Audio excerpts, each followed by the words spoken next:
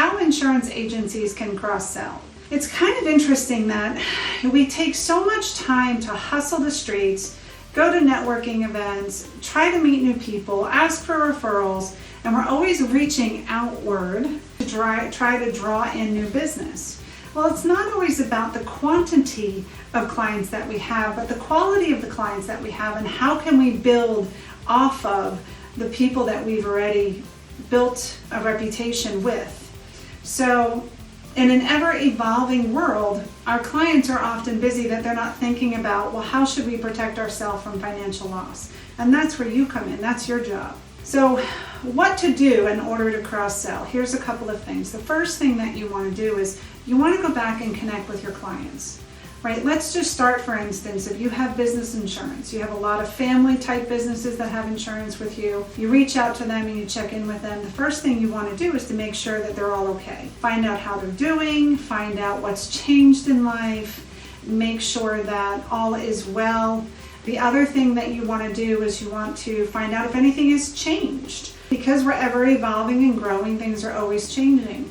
And so has anything changed in their life, whether personally or professionally, that you need to know about? You want to make sure, remember, you're always putting it out there to your client, that you want to make sure that they're financially protected from any type of loss. The third thing that you can look at is often you may only have one or two pieces of business with a particular client. So here's an opportunity that you can go in and say, are there any policies that you'd like me to look at?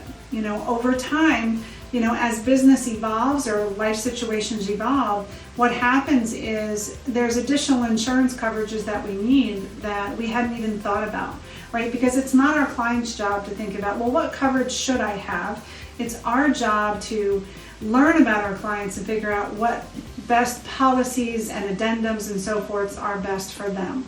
When given the opportunity to look at some other policies that they have, it's always valuable to point out, yes, here are the coverages that you do have, but more often than not, I'd say 9 out of 10 times, people don't realize the coverages that they don't have, meaning those tiny clauses that says this is what you're not covered for. And taking time even just to sit with them, review their policy, look at what it is that they have, send them an email about, hey, look, you know what?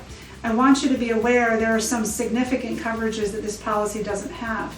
I'll give you a perfect example. One of the insurance agents that I work with, periodically, I have 2 or 3 that I work with because there's different types of coverages.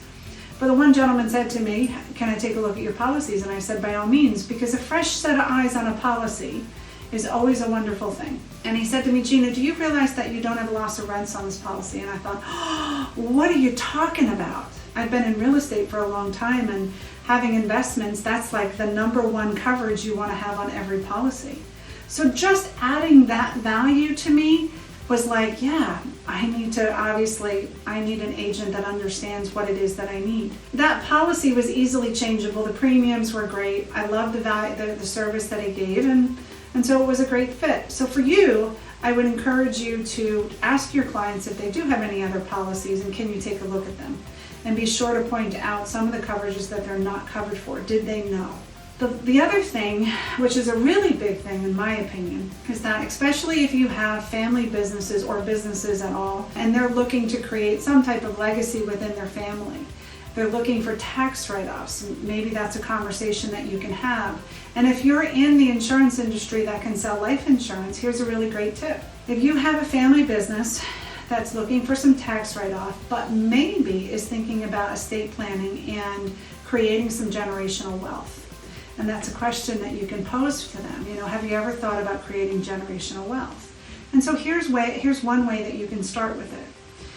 If you have a family business, you can offer them a life insurance policy that's equivalent to the amount of debt that the business has. This way, if something happens to the owner, all of the debt would be paid off. Now, obviously, the business owner would be the one that would be insured, and the business would actually be paying the policy. There's some really great tax advantages to doing that. That would definitely be something I would suggest they talk to their accountant about. But again, it's another way of cross-selling. Now, if this information was valuable to you, please comment below.